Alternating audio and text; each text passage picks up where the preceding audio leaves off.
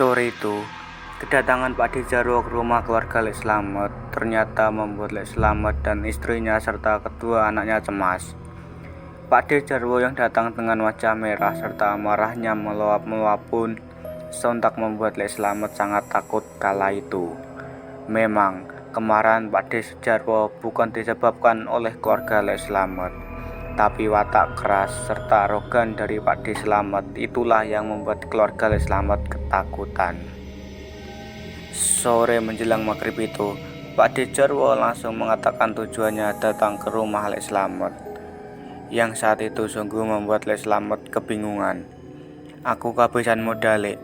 Hari ini tolong pinjami aku uang 2 juta agar aku bisa belanja lagi," ujar Pak Dejarwo dengan nada suara besar yang sangat berwibawa itu.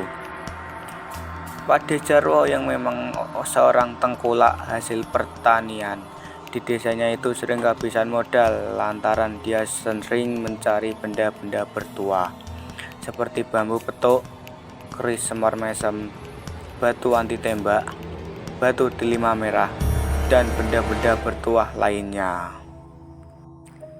Tapi belum ada satupun benda bertuah asli yang didapatnya. Kendati demikian, Pak Dejarwo juga tidak mau berhenti untuk mencari benda-benda asli yang dianggapnya akan memberi keuntungan besar baginya kelak. Dan karena sangat terobsesi dengan benda-benda tertua, Pak Dejarwo pun rela menghabiskan banyak uang untuk mencari benda-benda keramat itu hingga ke daerah lain, bahkan sampai keluar kota. Masalah berat pun dialami Pak Dejarwo karena ambisinya yang menginginkan benda-benda bertuah dengan harga miliaran rupiah itu. Terus terang saja, tinggal punya uang simpanan 1 juta, Kang. Itu juga untuk persiapan biaya ASih masuk sekolah SMA nanti, balas Lek Slamet sambil menundukkan kepalanya. "Apa kamu sudah tidak percaya lagi sama aku, Lek?" tanya Pak Dejarwo sambil menatap tajam langit-langit rumah Lek Slamet. "Bukannya saya tidak percaya, Kang. Sumpah, saya dan istri saya hanya punya simpanan uang 1 juta untuk persiapan ASih masuk SMA," balas Lek Slamet dengan tenang. "Oh alah, rupanya sudah mau masuk SMA ya? Ya sudah, Lek, kalau begitu aku pinjam dulu uang itu sebagian. Dalam 7 hari ke depan uang itu akan aku kembalikan," ucap Pak Dejarwo yang membuat Lek Slamet sedikit lega saat itu. Setelah mendapat uang yang diberikan Lek Slamet, Pak Dejarwo pun segera berpamitan untuk pergi ke rumahnya. Tidak lama setelah kepergian Pak Dejarwo, Bu Marti, Asih, serta Joko pun menghambat Lek Slamet yang masih duduk di kursi ruang tamunya. Bu Marti yang merasa tidak enak hati kepada suaminya itu lalu meminta maaf atas apa yang telah dilakukan oleh kakak tertuanya tersebut. "Maafkan Mas Jarwo ya, Pak. Dia selalu saja menyusahkan kita," ujar Bu Marti kepada Lek Slamet suaminya. "Ya kalau tidak dituruti, Kang Masmu itu bisa lebih membuat kita susah lagi, Bu," balas Lek Slamet dengan senyum kesal di wajahnya. Pak Dejarwo adalah kakak tertua dari Bu Marti, yang juga adalah kakak ipar dari Lek Slamet. Pak Jarwo yang memiliki perangai kasar itu sudah sering mengamuk dan membuat keributan di rumah adik-adiknya jika apa yang dimintanya tidak dipenuhi.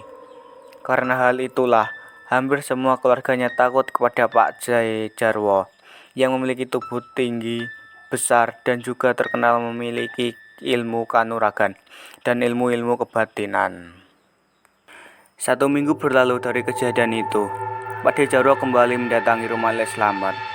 Tapi kala itu, Pak Dejarwo terlihat santai dan dengan senyum mengembang di wajahnya. Entah apa yang sedang dialami Pak Dejarwo saat itu, tapi tiba-tiba saja dia menjadi orang yang santun dalam berbicara dan juga sangat ramah terhadap keluarga Pak Slamet. Tapi sebelum kedatangan Pak Dejarwo, Asih dibuat bingung dengan hilangnya foto dirinya yang terpasang di dinding ruang tamu rumahnya. Asih menanyakan hal itu kepada ibu dan bapaknya malah dibuat kesal, karena kedua orang tuanya itu malah meledek Asih dengan candaan yang membuatnya kesal. "Pantesan mulai banyak tikus di rumah ini. Ternyata fotomu yang hilang di depan itu." "Hilang ya, Nduk?" ujar Lek Slamet yang mulai meledek anak gadisnya itu. Bapak ya yang memindahkan, balas Asih dengan wajah kesalnya. Lah, mau buat apa Tondo? Bapak juga ndak tahu kemana fotomu pergi. Coba nanti kamu tanya Mas Joko. Barangkali dia yang memindahkannya. Balas Lek Slamet menjelaskan kepada Asih. Setelah Pak Dejaro datang, Asih pun langsung masuk ke dalam kamarnya dan begitu saja melupakan foto di bingkai yang tadinya terpajang di dinding ruang tamu rumahnya. Karena merasa takut dengan kedatangan Pak Dejarwo, Asih pun langsung masuk ke dalam kamarnya dan tidak keluar sama sekali. Asih mana Lek? Ini Pak De bawakan makanan enak loh, ujar Pak Dejarwo dengan wajah yang terlihat sangat senang saat itu. Walah, sampean ini kok repot-repot bawa makanan Thomas. Lawang kita baru saja selesai makan, balas Lek Slamet yang merasa sungkan dengan kedatangan kakak iparnya yang tampak berbeda sore itu. Sudah, kamu tenang saja Lek. Aku baru saja mendapatkan keuntungan besar hari ini dan aku datang untuk mengembalikan uang yang aku pinjam kemarin itu, jawab Pak Jarwo sambil tersenyum. Ayo kita makan sama-sama ini. Aku bawa sate ayam, sate kambing, dan ada juga sop kambingnya. Ayo panggil Joko dan Asih Lek. Imbuh Pak Dejarwo yang membuat suasana terasa sangat indah sehari itu. Karena mereka sangat senang dengan sikap Pak Dejarwo, malam itu Lek Slamet dan Bu Marti pun langsung memanggil kedua anaknya untuk ikut makan bersama dengan Pak Dejarwo yang selama ini terkenal sangat menakutkan itu. Ketika keluarga Lek Slamet sedang menikmati makanan yang dibawa oleh Pak Jarwo, ternyata Asih sama sekali tidak mengambil sate dan sop kambing yang dibawa oleh Pak Dejarwo tersebut. Tapi demi menjaga perasaan Pak Dejarwo, Asih pun mengambil nasi dan lauk yang dimasak oleh Ibu Marti hari itu. Selain masih kesal dengan hilang fotonya yang biasa terpajang di dinding ruang tamu rumahnya, Asih beberapa kali menangkap tatapan tajam Pak Dejarwo ke arahnya. Semakin yakin dengan adanya hal janggal dengan sikap baik Pak D-nya tersebut, setelah selesai makan bersama Pak Dejarwo pun langsung berpamitan pulang. Tak lupa, dia juga memberikan uang jajan kepada Joko dan Asih. Hal itu sangat membuat Joko senang dan juga membuat Lek Slamet dan Bu Marti heran dibuatnya. Tapi, sikap berbeda masih terlihat pada Asih yang menganggap apa yang dilakukan Pak D-nya tersebut adalah mencurigakan. Ketika malam semakin larut dan semua keluarga sudah tertidur lelap, Asih mulai merasakan kejadian aneh yang baru saja dia alaminya. Asih ingat betul, kala itu pintu kamarnya yang sudah tertutup rapat tiba-tiba saja terbuka keras dengan sendirinya. Lalu, di balik pintu kamar Asih yang terhempas itu, muncul asap putih yang perlahan menutupi pandangan ke arah ruang tamu rumahnya. Dan tidak lama, setelah itu muncul sosok makhluk bertubuh gempal bertelanjang dada dengan rambut panjang yang acak-acakan, serta tubuhnya terlihat hitam legam. Makhluk dengan dua taring panjang di sudut bibirnya itu mulai menyeringai ke arah Asih, dan yang membuat Asih mulai ketakutan. Sosok makhluk bertubuh besar itu mulai berjalan maju ke arah Asih berada. Dan yang membuat Asih sangatlah heran, makhluk itu bertubuh besar, memiliki wajah yang sangat persis dengan Pak Dejarwo. Tidak hanya itu, dari belakang sosok makhluk menyeramkan yang sangat mirip dengan Pak Dejarwo itu muncul satu lagi bersosok makhluk gaib yang berbadan kecil, tapi sama menyeramkannya dengan sosok yang bertubuh besar itu. Dan kini kedua makhluk itu sudah berada di tepat hadapan Asih yang diam terpaku dengan tubuh gemetar. Cepat selesaikan apa yang telah kau mulai, Wo, ujar salah satu makhluk gaib yang bertubuh kecil dari yang lainnya. Mendengar apa yang disampaikan temannya itu, sosok makhluk gaib bertubuh besar yang memang wajahnya mirip dengan Pak Dejarwo itu mulai menjulurkan tangannya ke arah tubuh Asih Dan ketika tangan besar makhluk tersebut mulai dapat meraih leher Asih, tiba-tiba saja tubuh besar makhluk tersebut terpental ke arah pintu kamar yang terbuka dan masih diselimuti oleh asap putih seperti kabut. "Bocah kurang ajar, memang tidak salah jika aku menjadikanmu tumbal," ujar sosok makhluk yang sangat diyakini oleh Asih, mirip dengan Pak D. Jarwo. Dengan penuh rasa amarah, sosok makhluk bertubuh besar itu pun mulai mengobrak-abrik kamar Asih. Tapi Asih yang mulai terlihat tenang pun hanya memperhatikan apa yang dilakukan sosok makhluk yang ingin mencelakainya itu. Mulut Asih pun tidak henti-hentinya membacakan sesuatu yang membuat kedua makhluk menyeramkan itu sulit mendekatinya. Hingga akhirnya, makhluk yang bertubuh lebih kecil itu dapat meraih tubuh Asih dan mendekapnya erat dari arah belakang. Sosok makhluk yang bertubuh besar pun mulai kembali menghampiri tubuh Asih yang sudah tidak dapat bergerak lagi. Karena dekapan erat makhluk menyeramkan yang memiliki bau busuk dari mulutnya itu. Tapi Asih yang telah memasrahkan hidup dan matinya kepada Tuhan Sang Pencipta terus saja membacakan ayat-ayat suci Al-Quran yang dipelajari dari Lek Slamet. Lek Slamet adalah seorang pria sederhana yang taat beribadah dan kuat dalam berzikir. Hingga tak jarang Lek Slamet pun mengajari Asih dan Joko beberapa amalan berupa zikir yang dapat menangkal makhluk-makhluk gaib yang berniat jahat kepada mereka.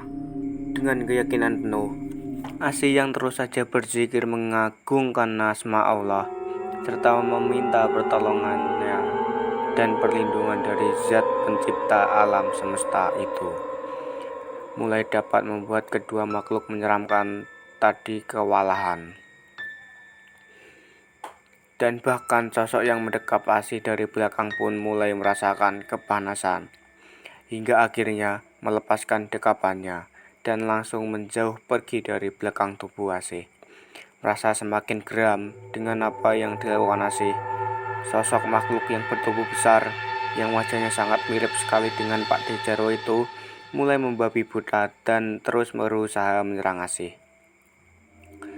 Tapi Asih yang kini semakin yakin dengan doa-doa yang terus dibacakannya, yang menjadi semakin kuat dan tak dapat lagi tersentuh oleh sosok makhluk mengerikan itu. Dan bahkan Asih dapat melukai sosok tersebut hingga beberapa kali terjungkal hingga memuntahkan darah.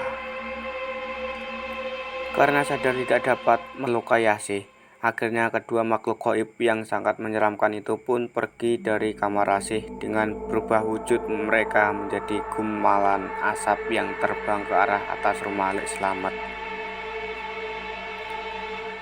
Setelah kepergian dua sosok makhluk yang sangat menyeramkan tadi, Asih pun mulai merasa lelah dan tidak dapat lagi menahan kantuknya.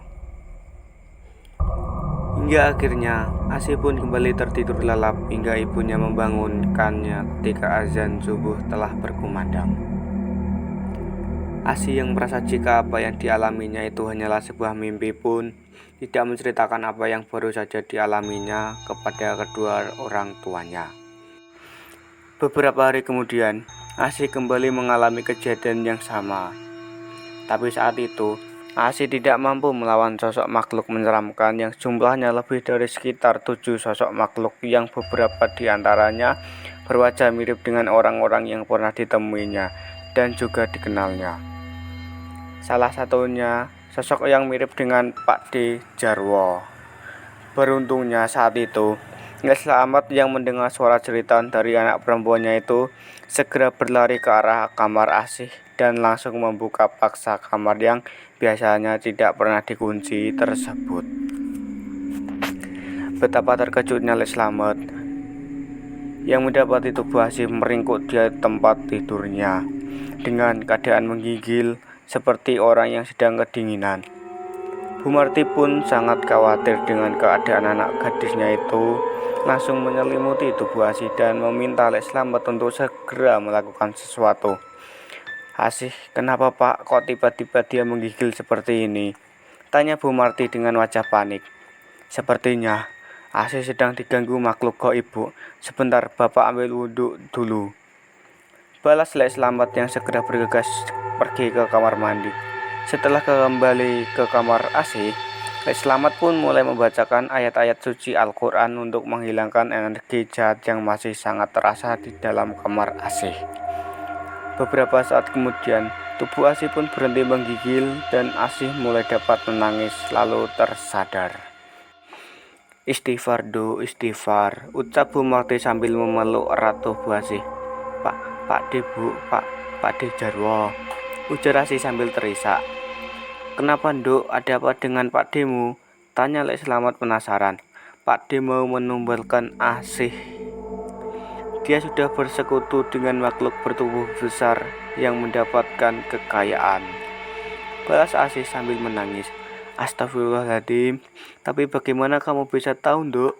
Tanya Pak Selamat lagi yang semakin penasaran.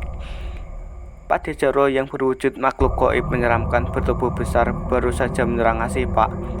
Dia mau membawa Asih pergi. Balas Asih sambil terus beristighfar. Lalu apa yang dilakukan? Tanya Lek Selamat lagi.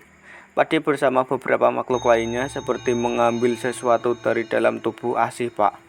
Rasanya ada sesuatu yang hilang dalam diri Asih saat ini. Balas Asih sambil memeluk erat tubuhnya.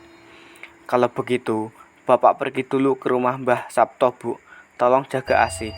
Bapak akan membangunkan Joko untuk menemani Ibu dan Asih, ujar Lek Selamat yang segera pergi ke kamar Joko. Setelah berjalan kaki kurang lebih setengah jam, Lek Selamat pun sampai di rumah Mbah Sabto. Lek Selamat yang sangat emosi pun menceritakan apa yang telah dialami Asih kepada Mbah Sabto. Tanpa menunggu lagi, Mbah Sabto pun langsung mengajak Lek Selamat untuk segera kembali ke rumahnya. Aku tidak menyangka jika benar-benar ada orang yang tega menumbalkan keluarganya demi kepentingan pribadinya, ujar Mbah Sabto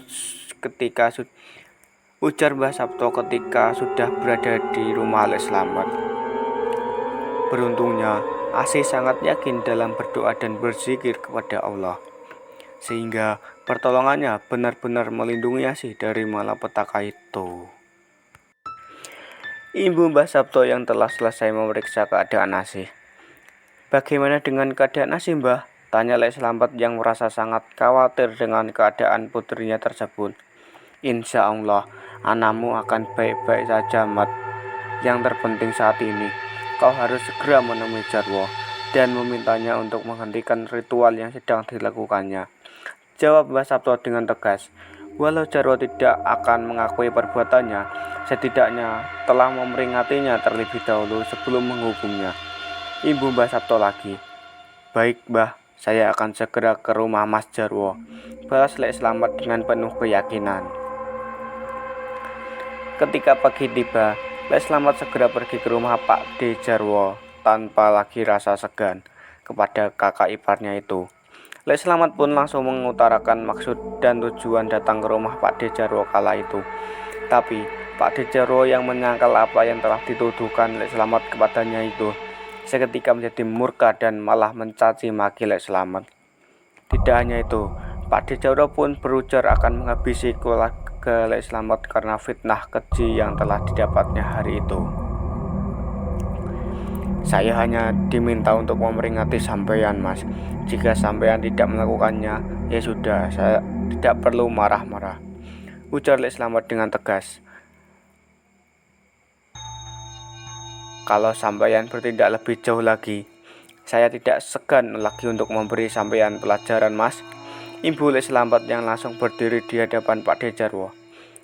Dan betapa terkejutnya Lek Selamat ketika dia melihat sesuatu yang sangat dikenalnya ada di antara benda-benda antik di sebuah meja yang berada tidak jauh dari ruang tamu rumah Pak Jarwo.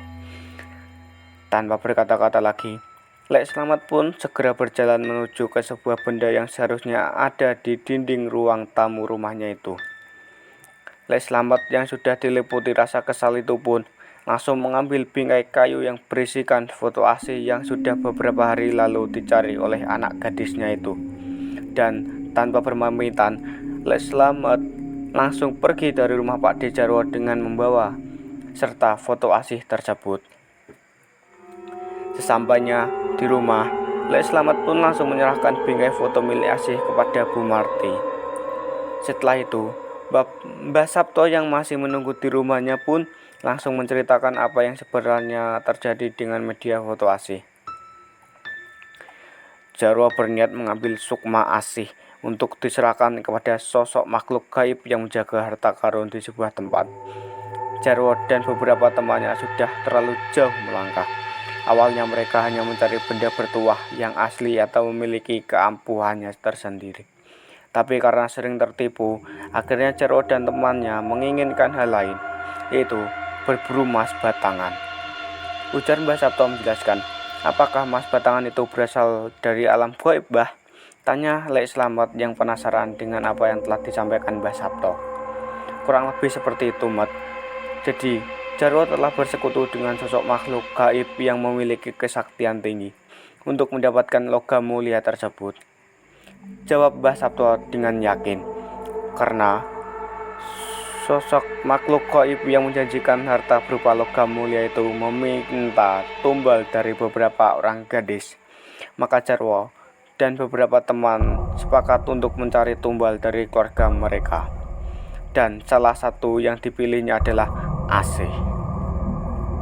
Ibu Mbah Sabto menjelaskan, lalu apakah saat ini Asih sudah aman, Mbah? Tanya Lek Slamet penasaran.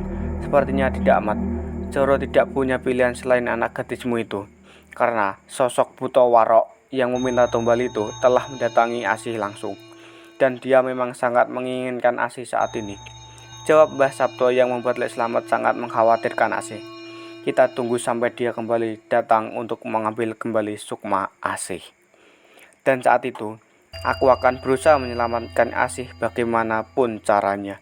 Imbu Mbah Sabto yang sedikit membuat Lek Slamet tenang, karena kebusukannya telah diketahui oleh Mbah Sabto, Lek Slamet, dan juga keluarganya. Pak De Jarwo yang telah terjerumus dalam persekutuan dengan sosok makhluk gaib berwujud buta itu malah makin terang-terangan untuk mengambil Asih.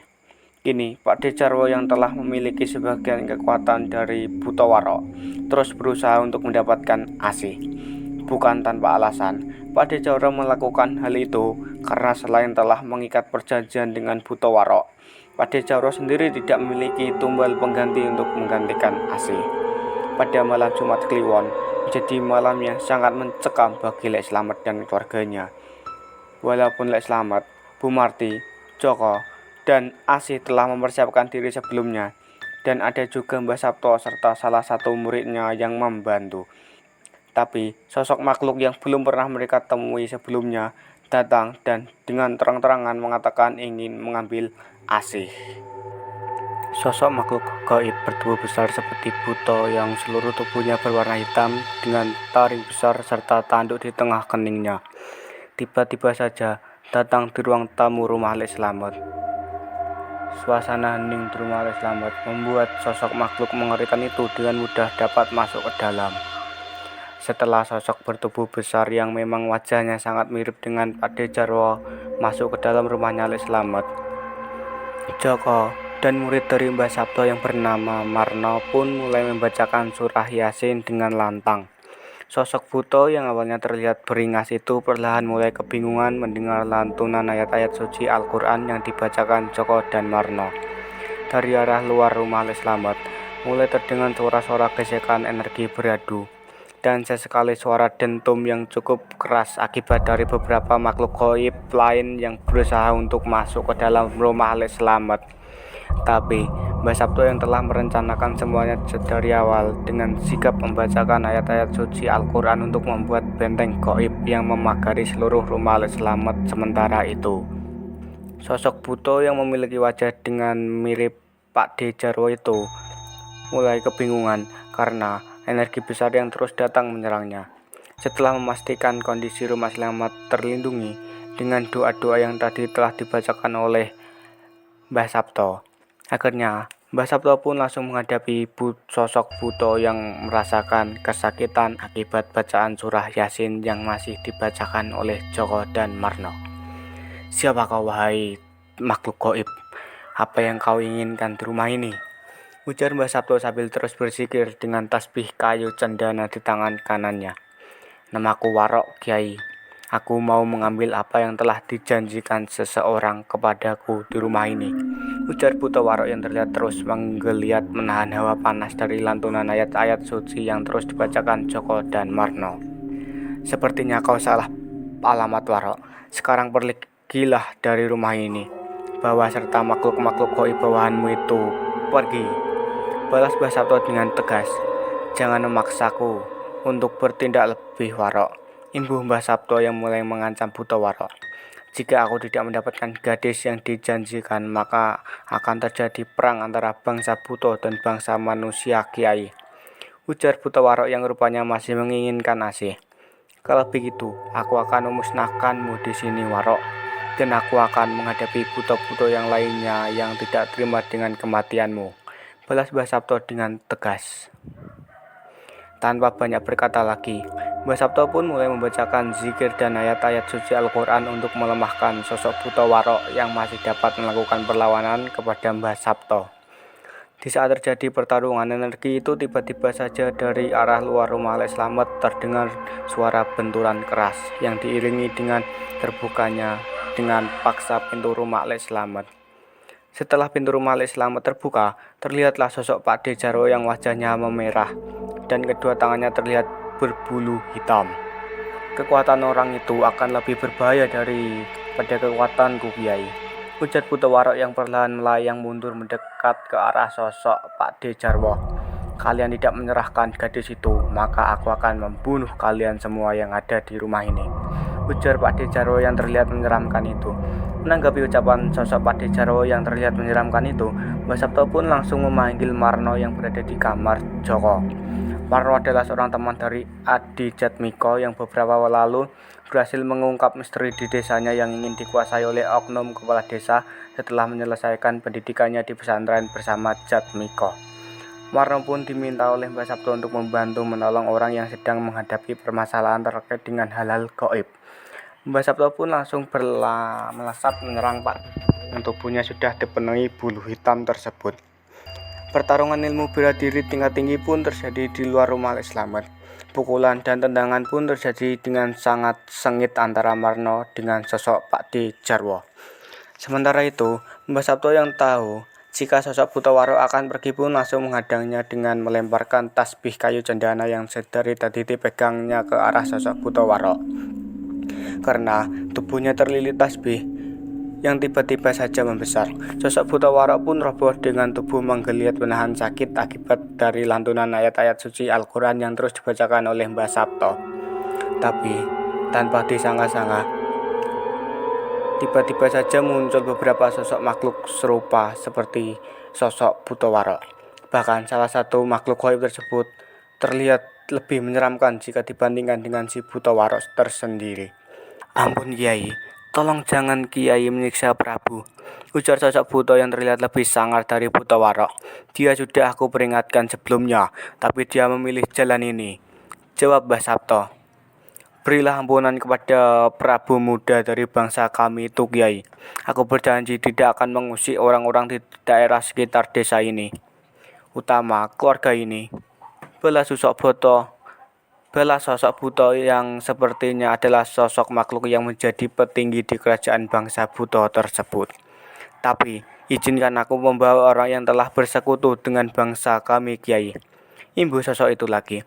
Aku tidak ada urusan dengan orang-orang yang telah bersekutu dengan bangsamu, Buto.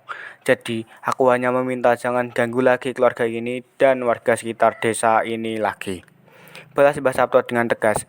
Tidak lama setelah itu, sosok Buta Warok pun menghilang dari pandangan mata Mbah Sabto dan juga Lek Slamet, dan disusul oleh sosok Buto yang bertubuh lebih besar tadi, yang segera pamit undur diri kepada Mbah Sabto.